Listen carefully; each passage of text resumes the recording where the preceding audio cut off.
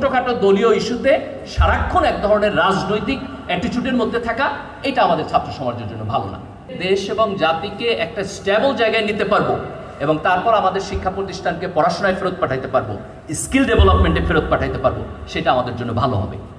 এই কাজটা যতদিন না হবে ততদিন ছাত্রদের দায়িত্ব হলো রাজনৈতিকভাবে সচেতন থাকা এবং বড় জাতীয় ইস্যুতে অ্যাক্টিভিজম করবেন, কিন্তু দলের ছোটখাটো ইস্যুতে অ্যাক্টিভিজম করা উচিত না। ছাত্রদের যখন জাতীয় ইস্যু আসবে, ফ্যাসিবাদের পতনের মতো বিষয় আসবে, আপনার আন্তর্জাতিক আধিপত্যবাদের কোশ্চেন আসবে, আঞ্চলিক আধিপত্যবাদ, ভারতীয় আধিপত্যবাদের কোশ্চেন হবে, তখন ছাত্ররা যাবে।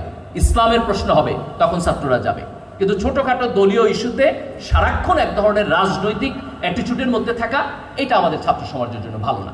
বরং আমাদের ফোকাসটা যাইতে হবে তাদের স্কিল ডেভেলপমেন্টের মধ্যে, এবং এই কারণে আমাদের শিক্ষায় বরাদ্দ বাড়াইতে হবে।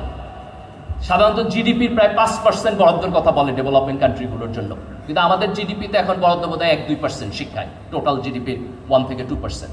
এই বরাদ্দ যদি আমরা না বাড়াইতে পারি এবং বিশ্ববিদ্যালয় লেভেলে যদি শিক্ষা পরিবেশ এটাকে আমরা উন্নত না করতে পারি, তাহলে এই যে দেখেন আমরা সারাদিন ইন্ডিয়াকে গালাগালি করি না, যে ভারতীয় আধিপত্যবাদ আমাদের এখানে আছে, আমরা এটাকে কাউন্টার করতে চাই, কিন্তু আমরা যদি কম্পিটেন্ট না হই তাহলে আমরা তো কখনোই তাদের ওয়ার্কফোর্সকে আমরা ইন্টারন্যাশনালি, গ্লোবালি, লোকালি কোনো জায়গায় আমরা কম্পিট করতে পারবো না। এবং আজকের দুনিয়ায় আপনি যদি আপনার প্রতিবেশীর চাইতে অতিরিক্ত দুর্বল হয়ে যান, তাহলে তার আধিপত্যবাদের শিকার আপনি হবেনই। সারা দুনিয়াতে আন্তর্জাতিক জায়গায় কেউ রুল মানে না, কারো মোরালিটি নাই। জাতিসংঘ একটা বানায় রাখছে, এটার কথা কেউ শুনেই না। এখানে আপনার সেলফ ডিফেন্স আপনার নিজের করতে হবে, আমার সেলফ ডিফেন্স আমার নিজেরই করতে হবে।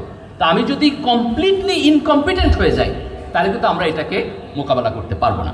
তো এই জায়গায় আমাদেরকে জাতীয়ভাবে চোখ দিতে হবে যে আমি রাজনীতি সচেতন থাকবো, কিন্তু সকল জায়গায় পলিটিক্যাল অ্যাটিটিউড, সকল জায়গায় দলবাজি, এই জায়গায় যাওয়া যাবে না।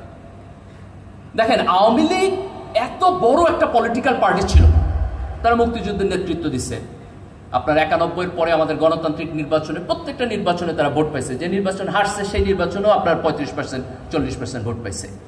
তো এত বড় একটা পলিটিক্যাল পার্টি কিভাবে ফ্যাসিস্ট হয়ে উঠলো?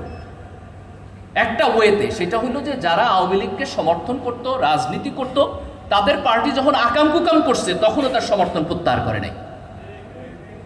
যদি একটা দেশের সংখ্যাগরিষ্ঠ জনগণ তার মস্তিষ্ক এবং তার নীতিবোধ কোনো একটা দলের কাছে বন্ধক দিয়ে দেয়, যে তুমি চুরি করো, ডাকাতি করো, বদমাইশি করো, গুম করো, খুন করো, করাপশন করো, ডাজন্ট ম্যাটার, আমি তোমার সমর্থন করেই যাব, তাহলে তো কোনো দিন কোনো দেশের রাজনীতির উন্নতি হবে না। এই এলিজেন্স যদি আমরা বিএনপির দেই, তাহলে বিএনপি আগামীকালকে আওয়ামী লীগের মতো ফ্যাসিস্ট হবে। এই এলিজেন্স যদি আমরা জামাত ইসলামীকে দেই, তাহলে জামাত ইসলামী আগামীকালকে ফ্যাসিস্ট হবে। এই এলিজেন্স যদি আমরা এনসিপিকে দেই, তাহলে এনসিপিও আগামী দিনে ফ্যাসিস্ট হবে। এটা পরিবর্তন করার একমাত্র ওয়ে হইল সংখ্যাগরিষ্ঠ নাগরিকরা আনকন্ডিশনালি কোনো দলকে সাপোর্ট করবে না, তার নিজের দলের অন্যায়কে সে সমালোচনা করবে এবং রাজনৈতিক মতভেদ পলিসি লেভেলের ডিসকাশনে আসতে হবে।